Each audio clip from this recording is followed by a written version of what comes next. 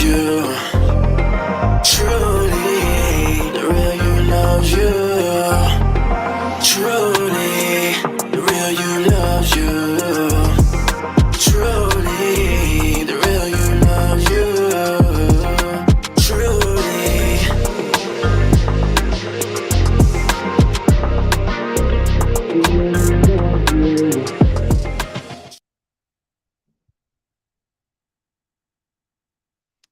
All right. Truly, the real you loves you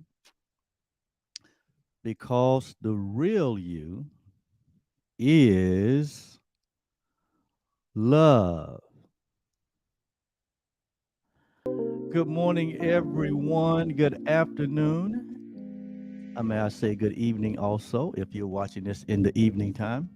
Greetings. My name is Oliver Blue, and I am your temporary guide, your temporary coach, but I am your permanent brother. I'm your permanent self because I understand that we are one in the same. We share the same life, the same love. We share the same being, the same awareness, the same consciousness. We share the same breath. We share the same life. We share the same creator, and there's only God, and there is nothing else. So, if that be a fact, and it is a fact, it's a matter of fact, and I be your permanent self. I and you and me, we are one in the same. All right. Well, with that said, thank you for joining us this morning for this session of A Course in Miracle Workbook Lessons. Today, we're going to continue with Workbook Lesson 136. And we started yesterday by doing an introduction. Hopefully, you've heard that commentary. Hopefully, you've read the entire lesson 136, which is a very powerful lesson. It strikes at the core of one of life's um, areas of confusion, one of life's biggest, I guess you might say, one of the biggest challenges that humanity faces, and that is what? Sickness, or the idea of sickness or malfunction or dis-ease.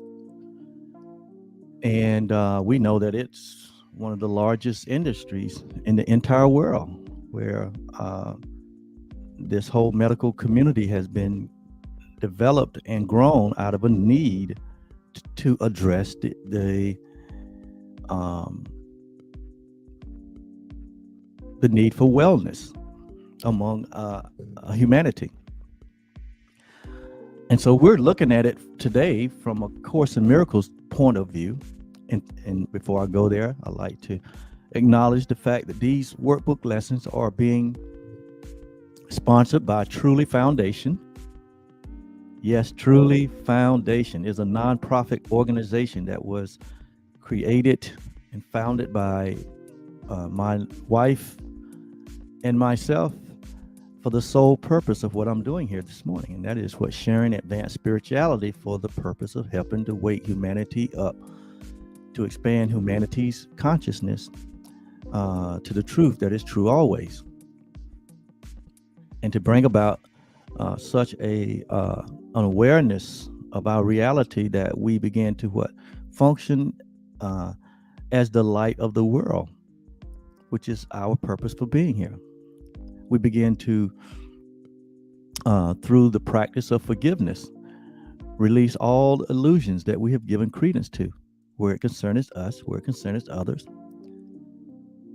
and where it concerneth where we have made of God and a loving Father, or we have this perception of image of God that has distorted our perception and caused us to walk in a level of fear, which we know fear has torment. And so we're here to advance us in a awareness, or in a transition or transformation by which we undo that which has we have done to ourselves that caused us to be in such a state of mind, so that we allow that which is always permanent, that which is always unchanging and unalterable, which is our what we call the real you, or our divine infinite self, to emerge and for us to have a direct experience of that. And that's a long of a short explanation, but that's what truly foundation is about. So these teachings are are an outgrowth of our desire to help humanity to wake up and be the light that it is. And so, as I mentioned earlier, we started with the introduction yesterday on this subject: sickness is a defense against the truth. And we're in this kind of space here in the lessons where we're dealing with defenses, what we're dealing with, the body and its purpose, its role and its function. We're dealing with the mind and its purpose and its function. And so yesterday we included a little dissertation out of the course, out of the clarification of terms section, where it where we forgive me where it gives a section here on the mind or the spirit. And then we went through this yesterday in detail, so that we have an understanding of what the mind really comprised of, and where is the mind and what is its function. And we talked about wrong-mindedness, right-mindedness. We talked about the choice to choose between right-mindedness and wrong-mindedness. But we also talked about the idea or the concept of a split mind only comes because of a belief in separation. Because in reality, there is no split, there is no division. In reality, there's only oneness. However, the mind that we have, which we all have access to the same mind, is but what the course calls a activating agent of spirit. In other words, it is the way we activate or access the spirit, or spirit meaning the thoughts of God. And we call, we hear the terminology the mind of God or the mind of Christ. This is what it's talking about. Even Paul got an insight on that when he said that we are to let this mind be in us that was also in the Christ. And that mind had to do with our equality with God, which in most cases we reject. And so we concluded that, and we just went through the first paragraph here, but it was concluded that the mind is where all sickness originate, and that it is the mind that really needs healing. However, we have been misinformed to think that the body, through body identification, that the effects of an unhealed mind, which shows up in the body, we focus our attention on healing the body. When we've also shared that the body is a neutral, wholly neutral thing, and that the body is a healthy. The body is designed as a healthy, suitable, or serviceable instrument, which I call a communication device, which is what the course calls it. And there needs to be very little focus on the body where healing is concerned, but the focus has to be on the mind, because it is the mind that is sick. And the mind is sick in the sense that it thinks it's separate, it thinks that it's alone, it thinks that it is, it is an entity in and of itself. And so it becomes the mind in that state becomes a defense against the truth. It resists the very thing that it needs to heal itself. And so it's about letting down our defenses, or letting down the fence. It's just a matter of letting it go, just like forgiveness, letting go of false perception and embracing reality. So this whole book, this whole course that Jesus created for us, and thank God for this course. Without this course, it makes it just more difficult to understand what this thing is all about. And this is not the only course. He says there are thousands of them in the world right now. They all lead us home. Where is home? Home is where we've never left. I call it the holy home of God, which is who we are. It's our true identity. It speaks to our oneness with God. And so we said that in reality, this is a course in healing, because the mind, we have identified that the mind is what is sick and the mind is what needs to be healed. And so this is a course in healing.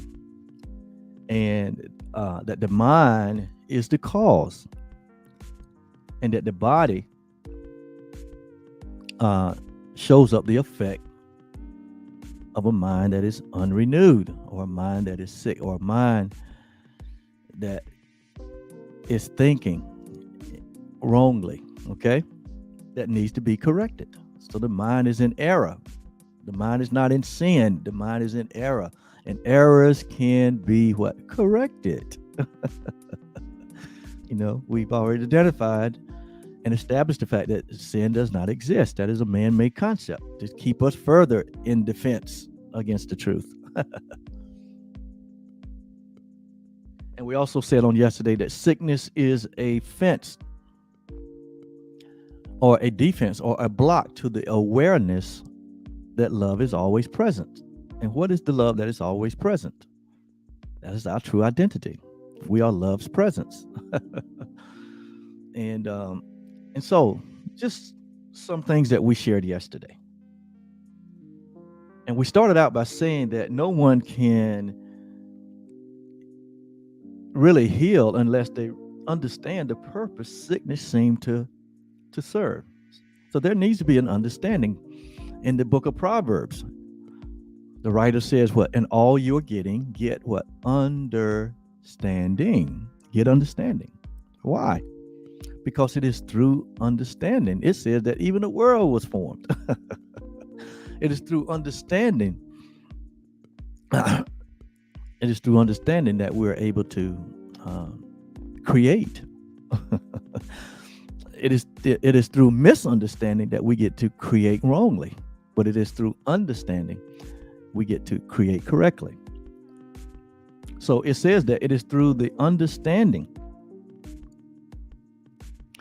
the purpose of sickness that we have the portal for healing. It says, for then we understand as well that its purpose has no meaning. We need to come to a conclusion that sickness has really no benefit or no meaning to us. It serves no good purpose. It says being without a cause. So sickness has no cause, and without a meaningful intent of any kind. It has no call or meaningful intent. So to embrace sickness, to have a belief system that includes, sickness is regular, sickness is to be accepted, sickness is to be, it's just part of life. Sickness is, inevitable. Well, to hold those ideas is to build a fence up to keep the truth away. Here it says that sickness holds no purpose. It has no cause. It says it is without meaning. And it says, in reality, it cannot be at all. In reality, sickness doesn't exist. In reality, it doesn't exist. In heaven, it doesn't exist. In your true state, it does not exist. It only exists in a belief in dreams and worlds of separation. It says, when this is seen, when we see this, when we understand this, when we hold on to understanding, has to do with standing under another's point of view. So the point of view that we're coming from here is God's point of view, or reality's point of view. So when we stand under God's point of view and see things for what they are and see reality for what it is, that's what understanding is. So we're standing under God's perception of God's point of view. So it says here, when we see this, or when we understand this, or when we have God's point of view about this whole subject of sickness and its origin and what is really going on here, it says that healing is automatic. It says that healing is automatic.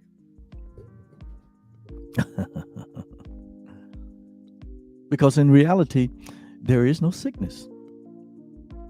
What happens in dreams and in illusions and in vain imaginings and in hallucination and in the belief in separation, it doesn't even exist.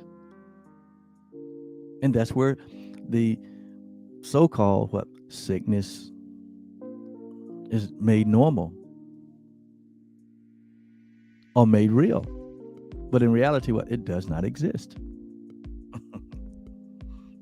If you want to get down to it, of course, there is no world. There's no body. There's only dreams of it. Now, this is healing information. As this information comes into your space where you make choices, your space where you develop paradigms, where you develop patterns of thinking and belief systems. This is the information down that you can now use to build your thought system on truth and reality, to where it begins to heal the mind. And where the mind is healed, the body relaxes and functions as it's supposed to. Where the mind is in direct awareness, agreement, and no longer entertain these false ideas, the body has to follow. It has to. But we have made such a big deal about being sick. I mean, we live in a society where people use sickness in order to support themselves. I know some people that say, "Hey, look, I got to get that disability." And so to get that disability, they have to deny their ability to walk in health in order to get a check. This is prevalent in our society. Where people actually they honor sickness. They see it as a way to support themselves. Now, I know this sounds madness, but it's true. It sounds madness, but it's true. Some people use, we do some weird things with the body, to where we'll use sickness and dysfunction and disability, to shrink our responsibility to be the light of the world. It's almost like we're afraid of health. We're afraid of wealth. We're afraid of prospering. We're afraid of ourselves. And see, that's what a sick mind will bring to a conclusion, and say that we'll be better off if we just become disabled. And I'm not making fun of people that are having physical challenges. That is not what I'm doing. What I'm doing here is I am offering up information, light, revelation that leads to your happiness, that leads to my happiness. I'm well aware of the conditioning that we all have been conditioned with. I'm well aware of the culture that have been introduced to us, that have been forced to us, that's force fed to us every day through television and other media means, where it promotes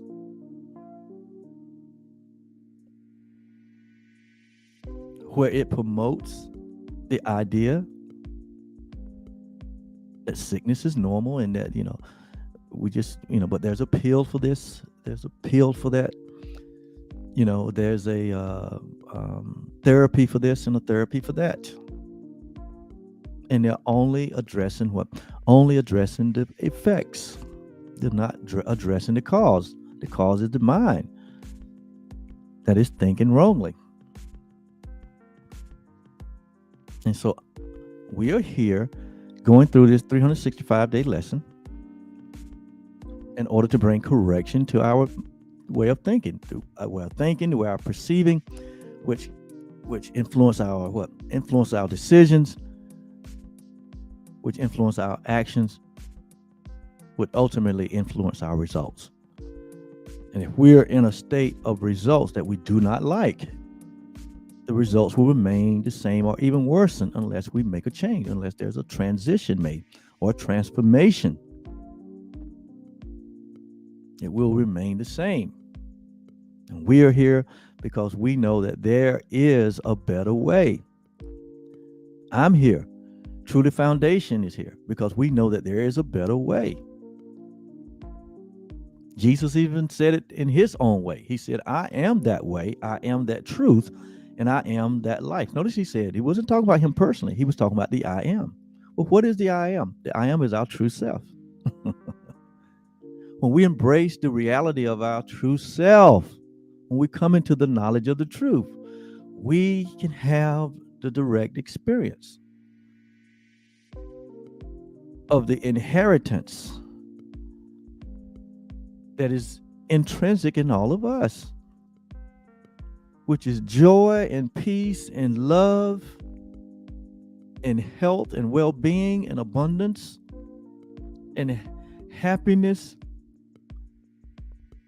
and purposefulness. We can have that experience in a holy instant and maintain that.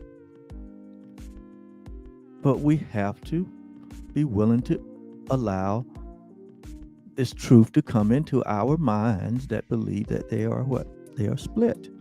To come into our mind and unify and synchronize and restore that which is, to remove the blocks to the awareness of love presence. And so that's what we're talking about here. But I have to, I have to talk sometime in specifics. The course doesn't talk very much in specifics. But if what I'm talking about is not helpful to you, then what is the point? And so sometimes I have to talk from where we think we are. And a lot of humanity is in a place of what we call disablement or sickness or dis-ease. And you want to know your way out of it. You're tired of all the doctor's visits. You're tired of all of the pain and suffering. You're tired of all of the magical ways that the world has told us this is the way to heal, and it's not working.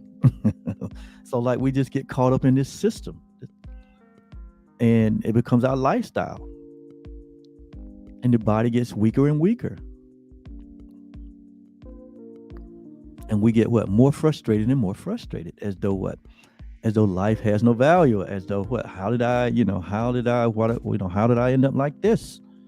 What kind of God would create a world like this? And these are the kind of thoughts that develop out of that. So we're here to offer what we know to be the truth. It says sickness is a defense against the truth. So we have to remove the fences to allow the truth to come in, which is where true healing is. True healing comes in the form of the thoughts of God, that it may heal the mind that is sick. This is real talk. This is love talk.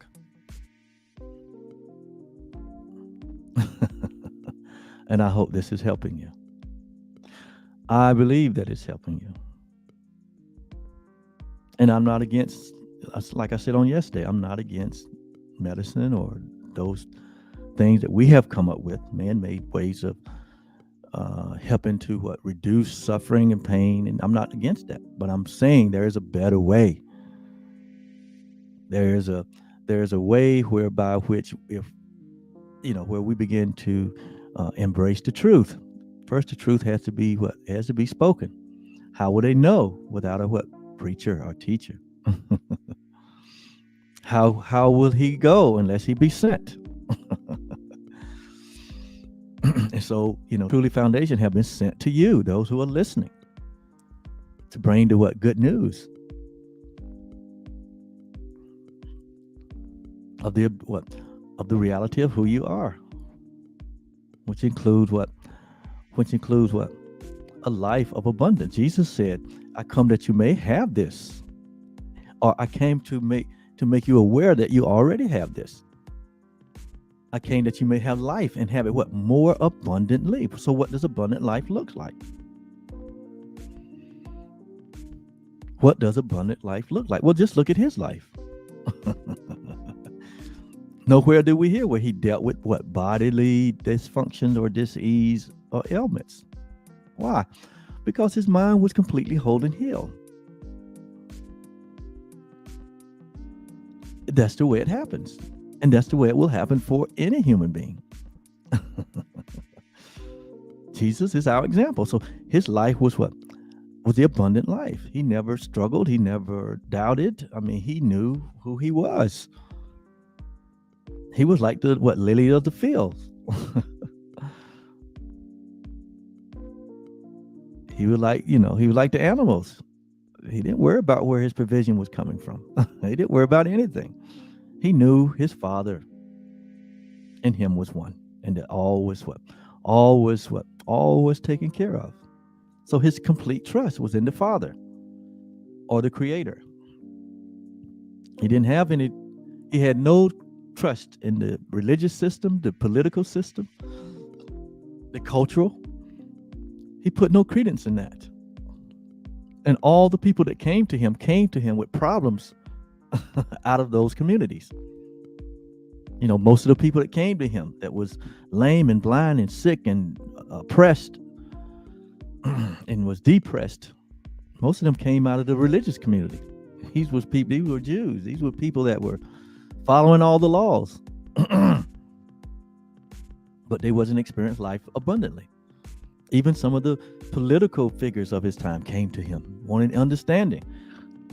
People came out of the arts and out of the different business communities to him.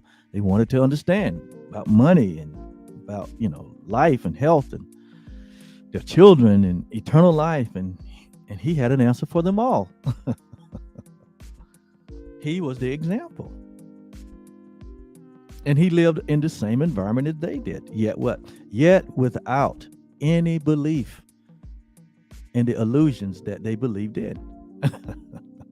And that's why he was the light of the world. And I said earlier that there's many thousands, multiple millions that are on this planet right now that are walking in this reality, walking in a renewed, transformed mind. And their mind is full of peace and joy and happiness, creativity, fulfillment, purpose.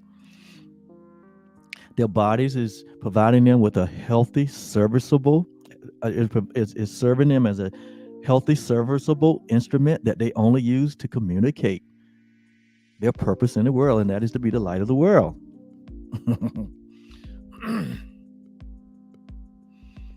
So I'm talking real talk here. I'm not talking from a place of separation. I'm talking from a place of oneness.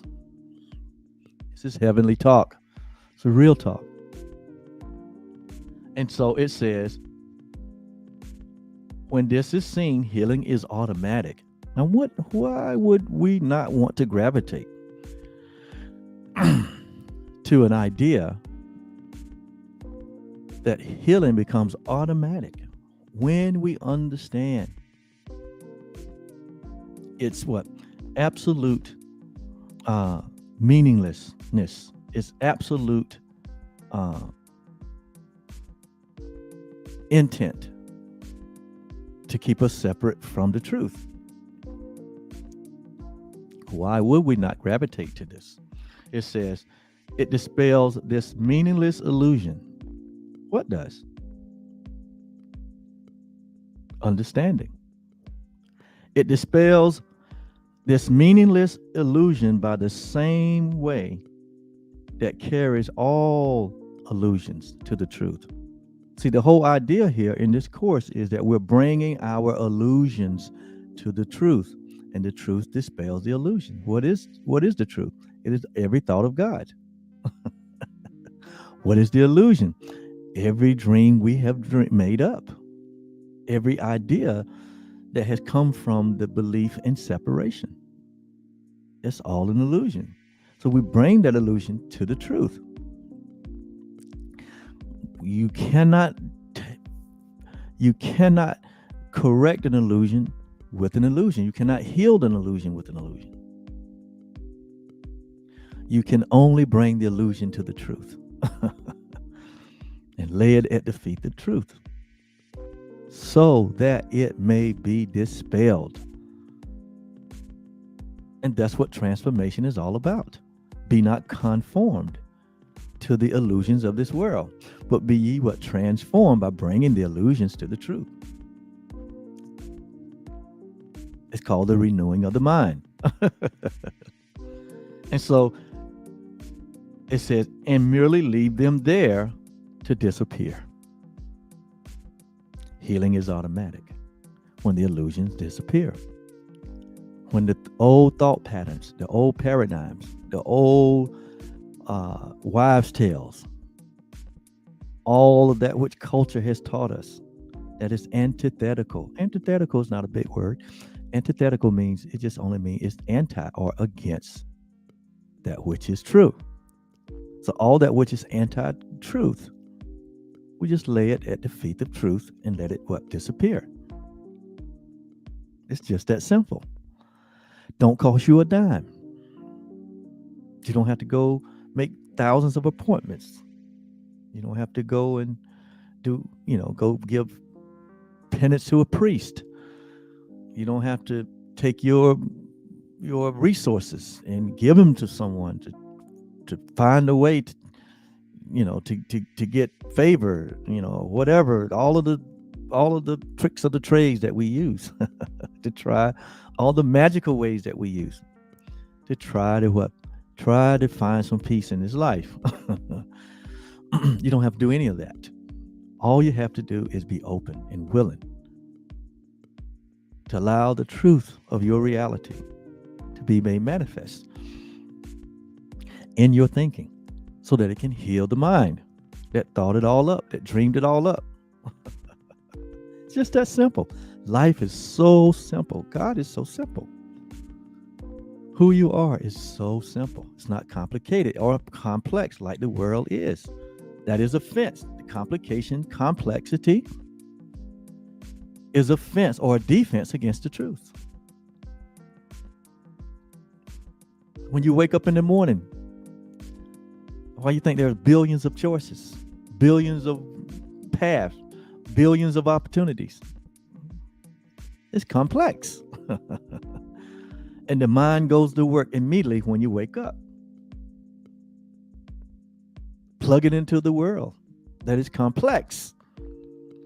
When all the time, all we need is to plug into ourselves, plug into our own reality. Because when we plug into ourselves, we plug into our own reality, which is God. We plug into all the infinite intelligence that there is.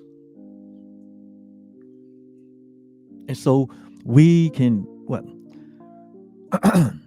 we can step down from the position of being our own planner, a personal planner. We can step down from our position of being our guide. We can step down from all the roles that we have played to make a life. And now we can rest and receive direct plans, receive direct guidance from the self that knows all things. We can relax. We can be at peace. We can let go of all of our anxiety, all our fears, all our phobias. We can let go of all the wives' tales, all the folklores. We can let go of all of those things that only built fences around us to keep us from the truth.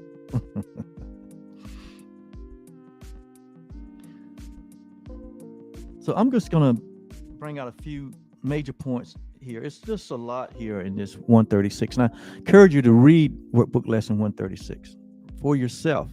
Meditate on it. Read it slowly. Each line is such has so much healing power in it.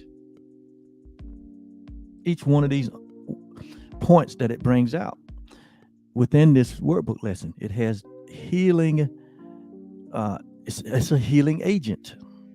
It says the mind is what? It is a activating agent of spirit. What the ideas in this workbook lesson is an activating agent to your healing. It is through your welcoming in these truths that it activates the healing, or it brings about what? The correction in our thinking, which brings about what? The correction and the functioning of all that we are.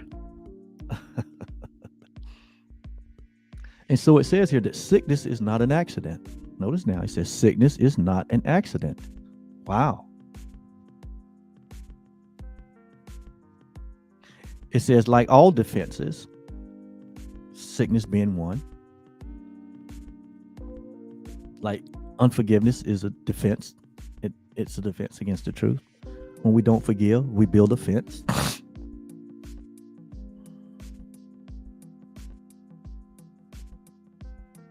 It says sickness, like all other defenses, is not an accident, but it is an insane device. Notice now, it's an insane device for self-deception. When we believe in body identification, it is self-deception. When we believe that we're a body, it's self-deception. It is an insane idea of self-deception. And so sickness is not an accident. It doesn't just like happen out of nowhere. No, it's the result, or it's the effect of what? Incorrect thinking, or wrong thinking, or what? Wrong mindfulness. So it's not an accident. It's an effect of a cause. It says, and like all the rest of the defenses that we use to build a fence around us and to cage us in from the truth, it says, like all other fences, its purpose is to hide reality. Its purpose is to attack reality. Sickness purpose is to change what reality is. The purpose of sickness as a defense is to render reality inept or weak. Sickness as a defense is designed to distort reality, to twist reality, or to reduce it to a little pile of unassembled parts.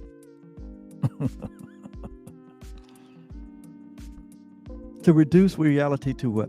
A pile of unassembled parts. The body is what? It consists of what? Many parts. And when we make the body our reality, we have reduced it to a pile of parts.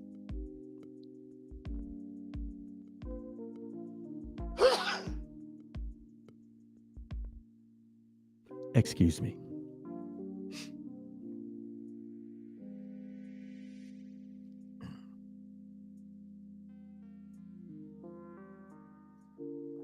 All right. And so when we see scenes of bodies that are dismembered, when we see scenes of bodies that are destroyed, there have been scenes recently from the war where there's been mass graves, where we've seen them just toss bodies into a grave. To the unrenewed mind, when he sees that, what do you think image comes up? What do you think they feel? How they feel about that? What do you think an unrenewed mind would conjure up in that scene if their belief in body identification? It's horrific, it's horror, it's fear, it brings terror to one. But when you understand reality, reality is not, a pile of bodies or a pile of bones or a pile of parts. Remember, it said that the body is what? Remember, it says the body is a serviceable instrument, but the body is just an instrument, temporary instrument. It's like when you buy a piece of equipment or some digital device or whatever. When it breaks or when its usefulness is over, what do? You just throw it in the can because it's what useful is. No usefulness is over. Well, the body is a device also. When its usefulness is over, we lay it down and we move on. It's hard to embrace that where the body is concerned. Why? Because when we believe that we're bodies, you got it. So you have to let go of the idea that your body is not who you are. It's a serviceable device. Its usefulness is communication. It's for to you express through the body in this realm where it requires a body. It's given to you to express the light that you are, your true nature.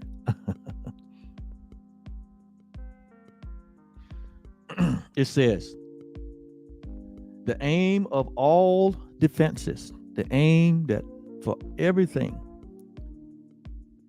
that is anti-reality, we call them defenses or blocks.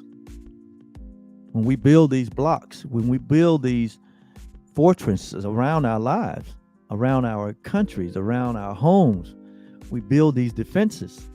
We are building a fortress, and what we are doing is that we are separating ourselves from the truth. And we boxing ourselves into an illusion. And then we can't find our way out. And we cry out, "Oh God, help." And God said, just let down the fence. Or like he used to tell those that came to him that were sick or oppressed or whatever. He said, take up your fence, or take up your bed, or take up your fence, or let down your fence. He said, take up your bed and walk. So that solution is still for today. As complicated or complex as life has seemed to be, the answer is still the same. Let go of your illusions and walk. Let go of your unbelief and walk. Let go of your belief in body identification and walk, and still walk. That is what is oppressing us. And it's not the physical body that's oppressing us. It is the belief system, our thought system, that gives us wrong perception. That is what is oppressing. That's what needs to be healed. And all that is within a mind that believes that it is split and separate from its creator. I just gave you the formula to the abundant life. It's just that simple. If we learn that, we can close this book and go home. We can. In this instant. Right now. So right now, we just embrace the fact. We embrace the fact, and it's a matter of fact, that we remain as God created us, as whole, holy, as complete, perfect, as eternal, divine. We embrace the reality of our unaltered, unchangeable self. We embrace the reality that we share the one self that God is. Our mind is intact. Our mind is one with God. We embrace only the thoughts of God only. We let go of all illusions about ourselves and about others. And we just have that direct experience right now of the abundance life. Life more abundant. And we fulfill our purpose of being the light of the world through the function of what? Forgiveness, in that we forgive, or we give up the false for the real. We give up every idea of separation. We recognize that is what needs to be healed, our belief in it. And so in this holy instant moment. We allow the truth of who we are. We allow the truth of our oneness with our Father to have its healing, whole, rejuvenating power to be fully at work without any hindrance, without any defenses. We have let down all our fences. And we receive the glory that we are. We let the mind that was in Christ be in us. Where we think that we are taking nothing away from reality by saying that we're one with it, that we have equality with it. We are the holy home of God. And we remain as God created us. This journey that we're on, this is a journey without a distance. Why? Because we have never left home. We only dreamed of leaving. That is an impossibility. And so, Jesus, you showed us the way. You was the example. You are our equal. You are our brother. We don't see you any different and separate and apart from us. In fact, you said, where you are, there we are also. You also said that, as you are, so are we in this world. And how are you? So this is the truth that is true always. This is the truth that we embrace in this holy instant, this holy moment right now. And so our healing is instant.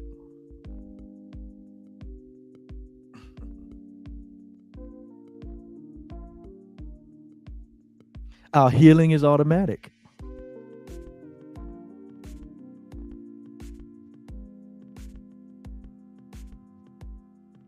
And we are happy and grateful. And this we share. This we extend to all humanity.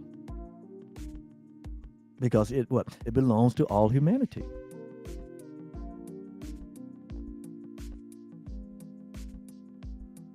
And so it is. Just that simple. Doesn't require anything else. Doesn't require anything else. You don't need anyone else to enter into this, your reality. Remember, I said, I'm just a temporary guide. Your permanent God is within you. Your temporary God is your true self. This is only the beginning. This is not an end.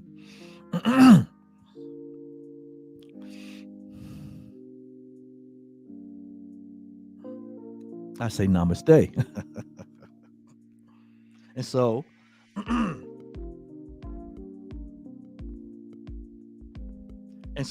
sickness is not an accident, but it is the effect of building a defense, which is an insane device for self-deception.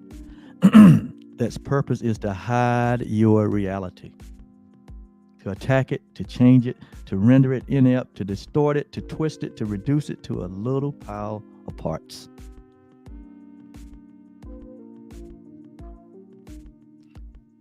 It says that the parts are seen as if each one were whole within itself. That's the whole idea of the 8 billion bodies on the planet. Each body seems to be an individuated self, whole within itself.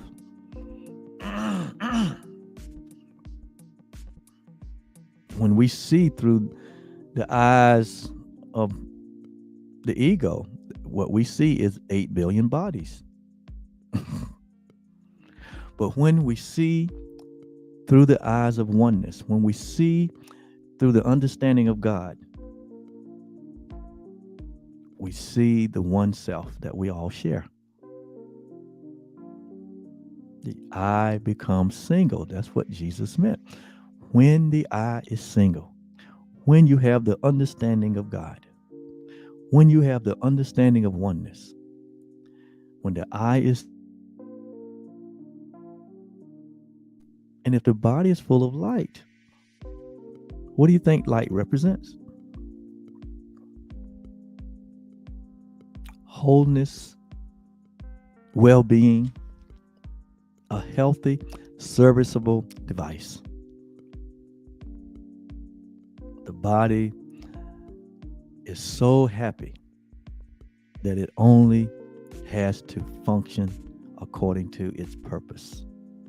And now is not levied with purposes that it cannot fulfill. And so the body gladly serves you, feeds you with an abundance of health. Likewise with the mind. When the mind is healed, when the mind is no longer having to play the role of an individuated self, when the mind no longer has to play the role of the leader, when the mind no longer has to play the role of separation, when the mind no longer has to play the role of division and strife, when the mind no longer has to play the role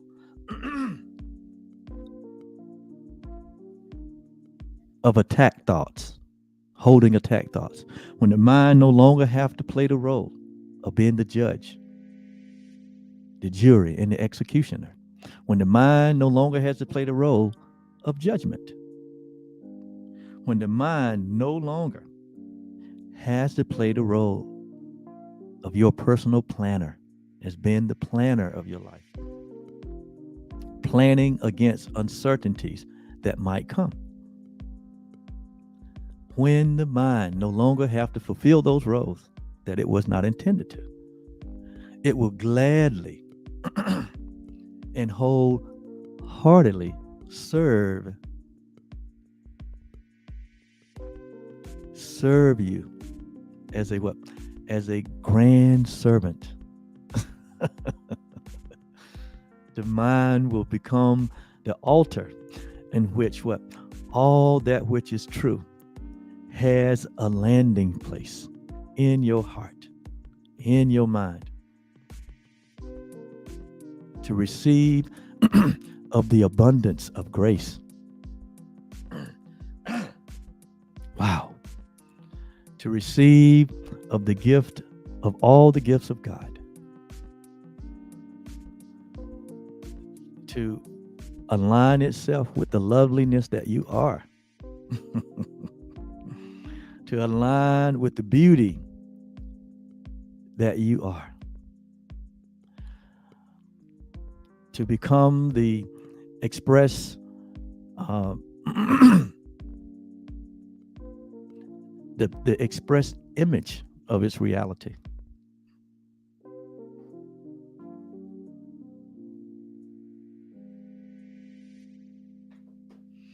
Forgive me. The mind will be the friend that it's always wanted to be.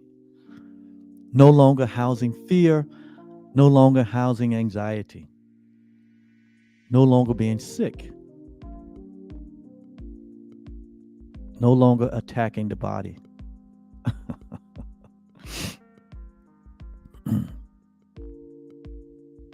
But now your life become this synchronized, beautiful expression of the image of love and beauty and joy and happiness.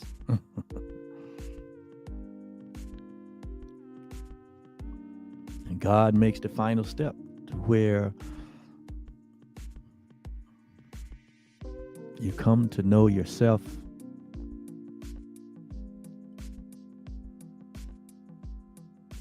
as you really are. This is what it's all about. The world will make you think it's about something else, but this is what it's all about. You see the results the world is getting. And most of us are what? We are tired of that. But God even uses that illusion to bring us to the truth. And so all things are useful. And so we bless all things because all things are of God. And we live and we move and we have our being in this reality. Glory to God, right? And glory to you because God gets no glory in and of himself with the exclusion of you. God only gets glory with the inclusion of you. Because it proves that what good and perfect and acceptable will of God. And what is that? That God is. And there is nothing else. There's only love. And you are part of that. You are a part of the love that is. You are the light of the world.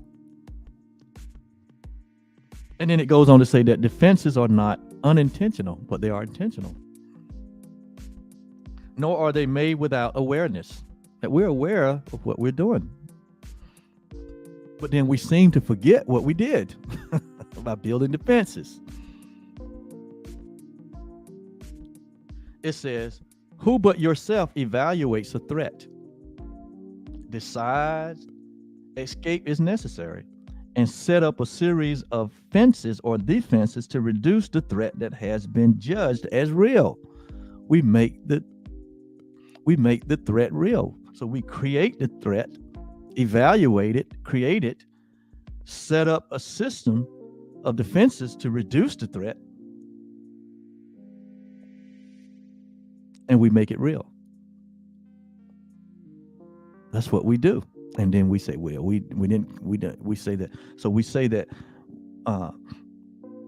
that wasn't intentional. I didn't do that. But in reality, we did. We're the only one that can build fences or defenses. And we're the only one that can tear them down. We can only one that can let them go.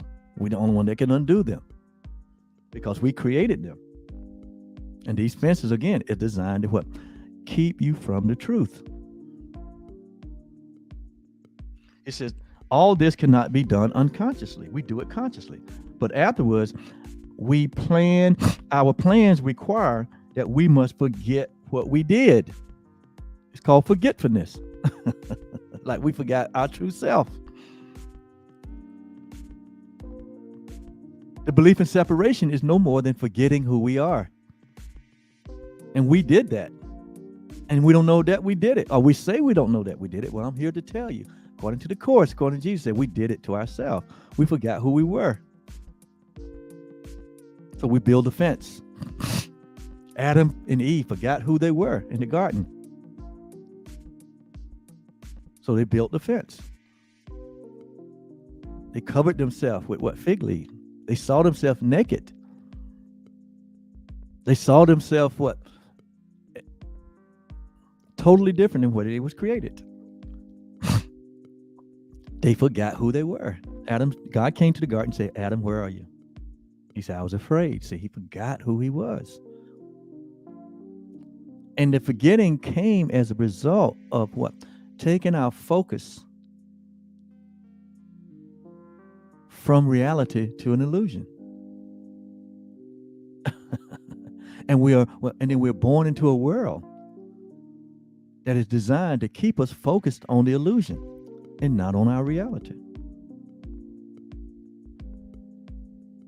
And so we get so taken away by the illusion of this world that we totally forget who we are. And we become prodigal. And all of us get to a point where we say, what? There must be a better way. I'll go back to my Father. Or what? I will remember who I am. I'll remember who I am. And that solves the problem. And it does. A shift in perception. That is the Course in Miracle.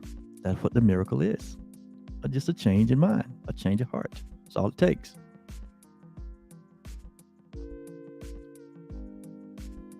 It says, it is this quick forgetting of the part that we play in making our reality out of illusions that make defenses seem to be beyond our own control. As though, what now, that we live in a world where we have no control, that the world is controlling us, that the world is making my decisions. I have no choice. All this comes from forgetting reality. It says, but what we have forgot can be remembered. Notice now, this is what we have forgotten can be remembered. Once we let down the defenses. Because just beyond your fence is the truth. Just beyond your unbelief is the truth. Just beyond your belief in separation is the belief in oneness. Just beyond all of the insane ideas that we have embraced are sane ideas that remain present.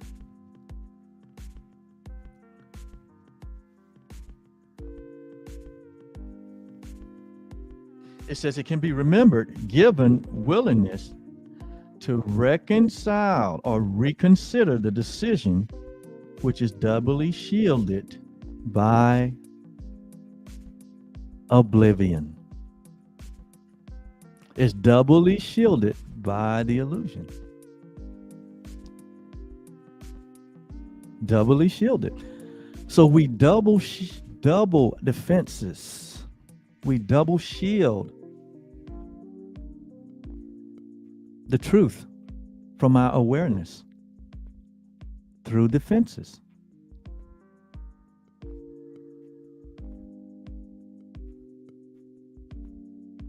It says our not remembering is but the sign that this decision still remains in force as far as our desires are concerned, that there's a decision that has not been made to remember. So through the decision not being made and through the fences that we have built, we're doubly shielded ourselves from the truth. It says, mistake not this for fact. Defenses must make facts unrecognizable. Defenses must make reality unrecognizable. And it does it through the multitude of illusions. It does it through the blindness, through the forgetfulness. It does it through the lack of awareness or expanded awareness.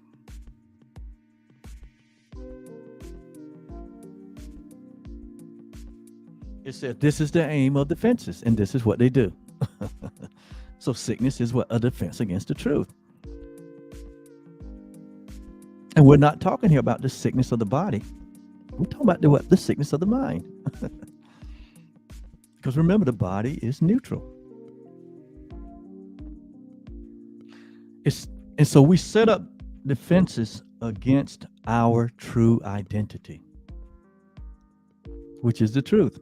We set up defenses against our natural inheritance. What is our natural inheritance? Peace is our natural inheritance. Joy, happiness, fulfillment, contentment, well-being, sharing, giving, loving, full expression.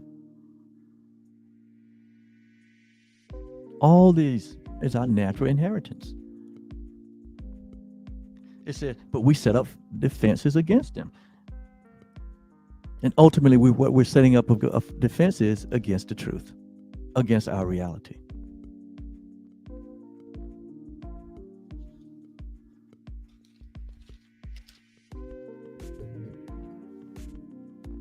And so it says that sickness is a decision. So we're made a decision. Where there is sickness, we're making a decision against the truth. It is not a thing that happens to us. Sickness is not something that happens to us. Quite unsought, as though it's not that we seek it. It says, but which makes us weak and brings us suffering. It says, but it is a choice that we make, a plan we lay. I know this sounds like what? Oliver, you foolish. No. It's saying this is what we do when we build fences. It says we're making a decision for sickness. And it's a choice that we make. It's a plan that we lay for what an instant truth arises. For when for an instant truth arises in our own deluded minds. When truth arises. Notice now it says when this happened, and all our world appears totter and prepare to fall. He says, now are we sick, that truth may go away and threaten our establishment no more. It's that we reject it. We reject the truth. And so we're making a choice for sickness when we reject the truth. That's what it's saying here. This is not what I'm saying. This is what Jesus' course is saying, that this is what we do. So when truth arises within our minds, when we hear the truth, but we're not ready. We make a decision. We're not ready for the truth. We want to stay on the what? Prodigal road. We want to remain the runaway child, running wild. Looking for what? Looking for life. Looking for the goal. The world says it's here, it's there, it's everywhere. Come get it. Looking for ourselves, looking for peace, looking for identity in all the places that it's not. He says, when we do that, we are making a decision for sickness.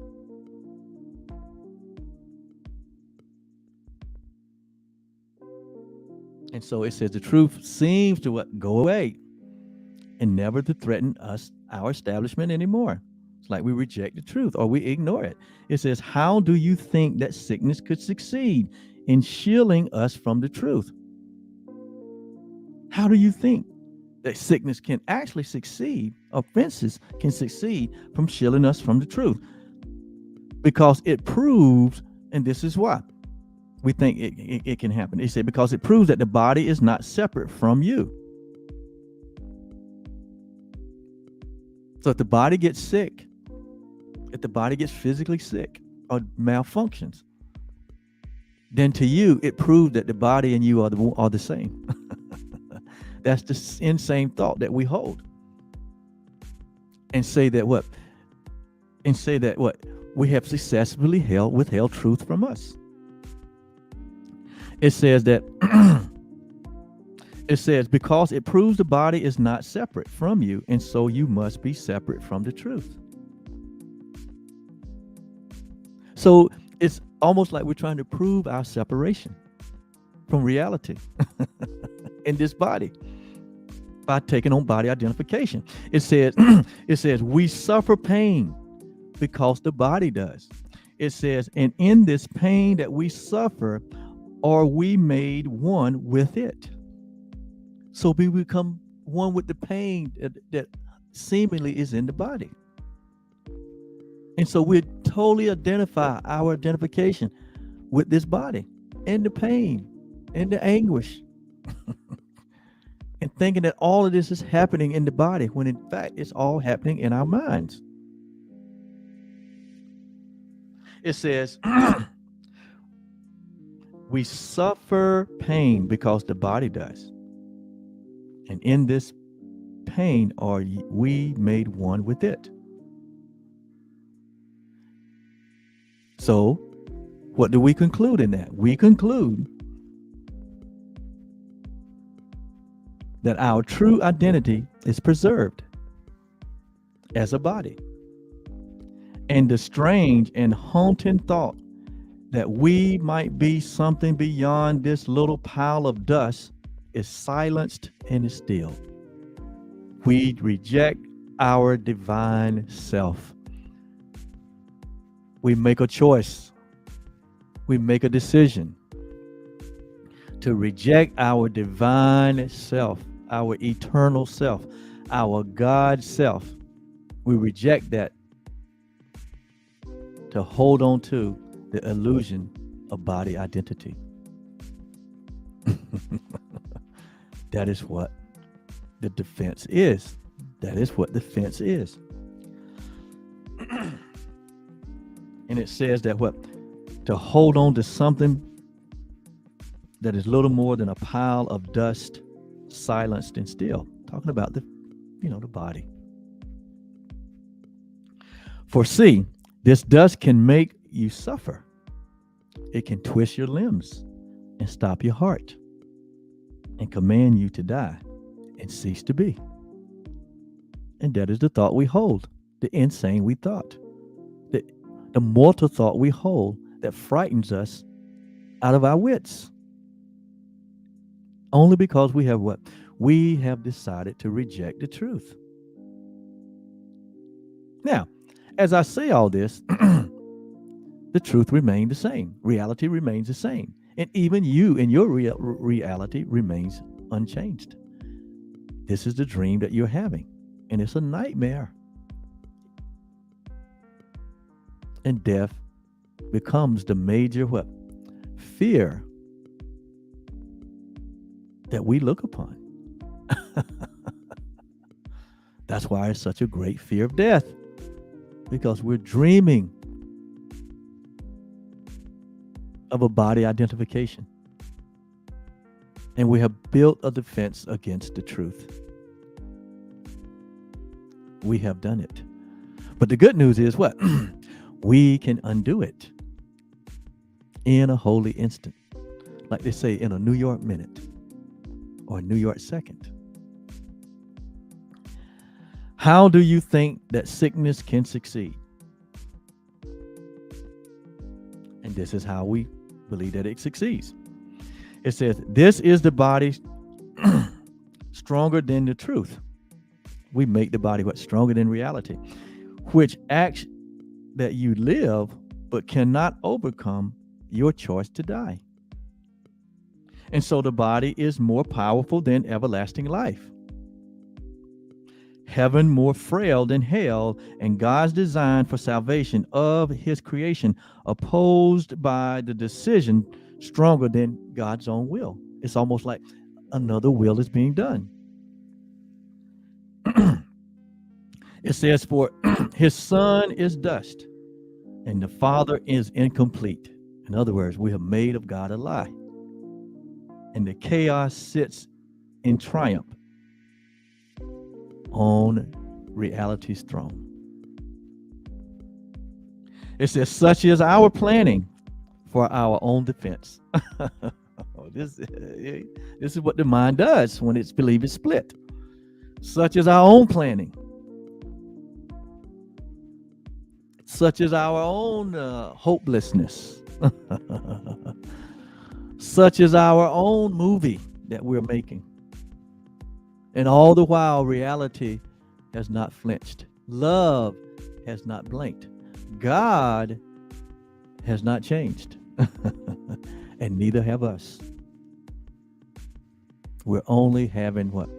Only having a nightmare of a dream that we want to get out of, that we want to wake up from. And so it said, such is your planning for your own your own defense. And you believe that heaven quails before such mad attacks as these. And heaven does not. God's not offended by our dreaming of separation. We would say that he is. We would think that he is, but God's not offended by our madness. Neither is our real self offended by it. Why? Because it knows it's only an illusion, and it will eventually disappear. What God is only concerned. He has no concern. Love has no concern. Why? Only love exists. That which is real is not threatened. See, that which is unreal does not exist. Our dream of separation does not exist. Therein lies what? The peace of God. So it is God who is at work within us to wake us up, to will and to do of his good pleasure. So it's almost like God is what? Playing with himself in these dreams of separation. Remember, we're not separate from God. So it's almost like God is what? Having this dream of separation and then saving himself. It's called the God game. And you're part of the God game. It seems that way. That's not what's happening, but it just seems that way. That's a more relaxing explanation of what's going on. God's just playing with himself. We all play with ourselves. We know what that's like.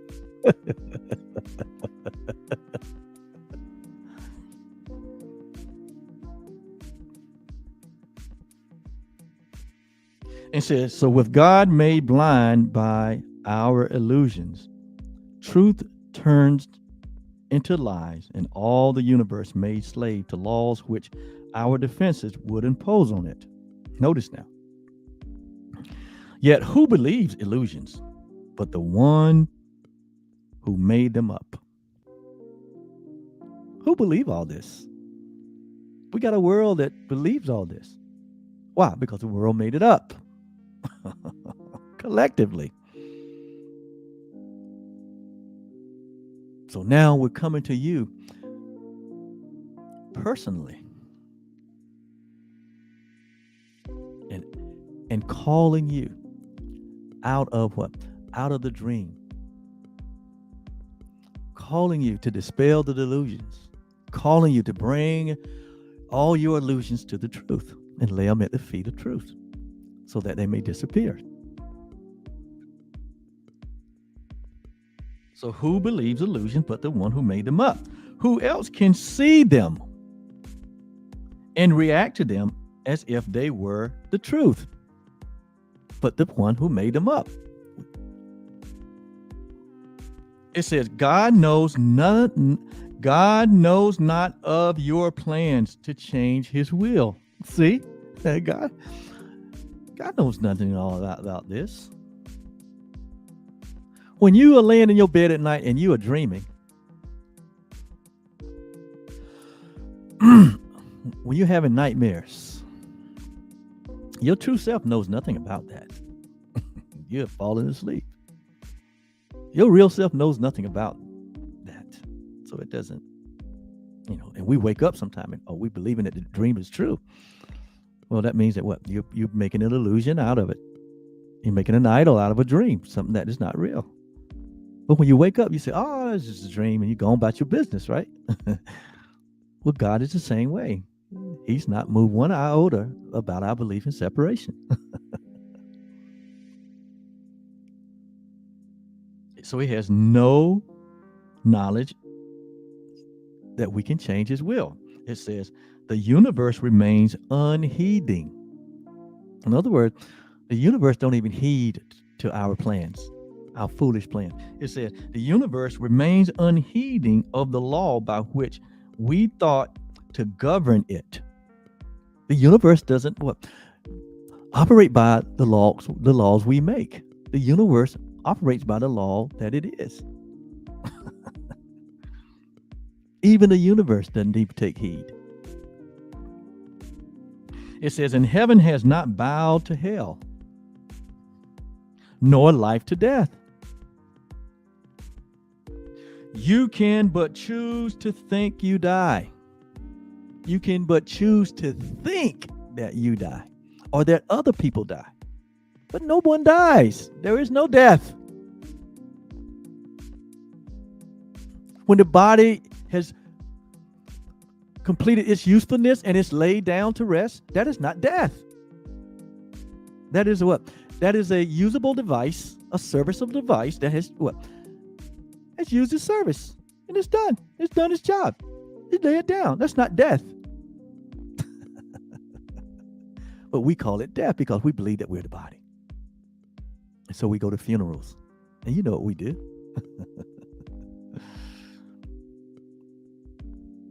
And there is no body in that body. But we act as though it is.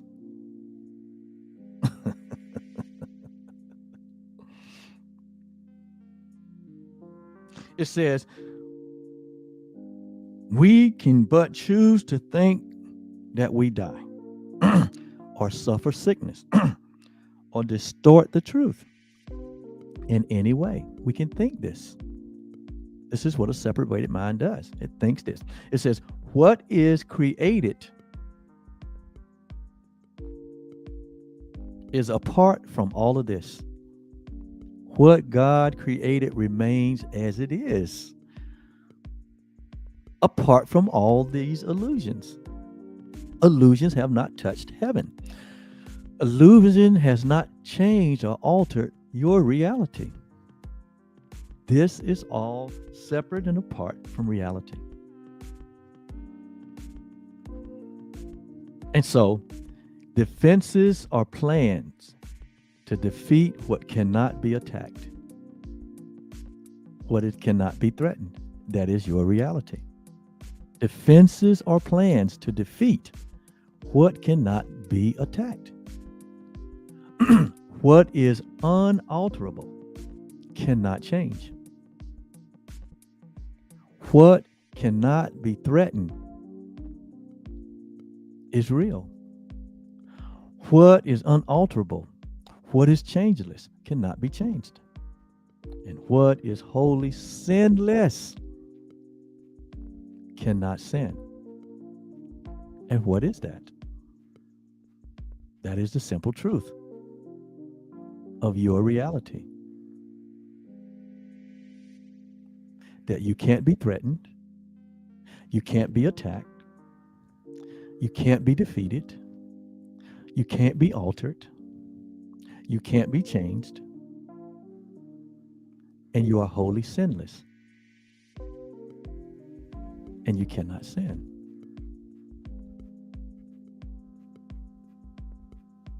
That is the truth. It says here, that's the simple truth. That's not complicated at all. And any and everything that opposes your simple truth is an illusion.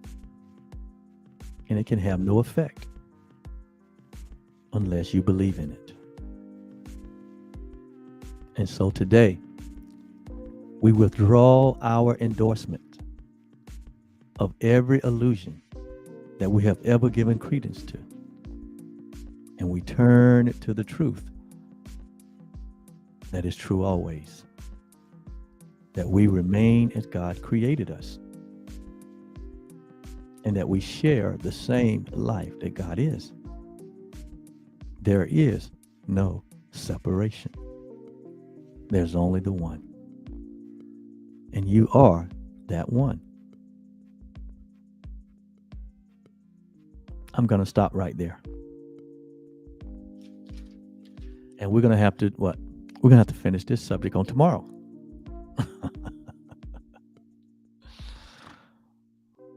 I rest the case. You see the illusion. You see the error. It's just an error, not a sin. You see the error in our thinking. And so what? Not anything to be judged about or feel guilty about. Errors are made to be corrected. And we just make the correction by what? Taking up our fences and walking into the truth of our reality. It's just that simple. No more needs to be said. Thank you so much for being here. It gives me great pleasure to be your brother, to be your self. Have a great day.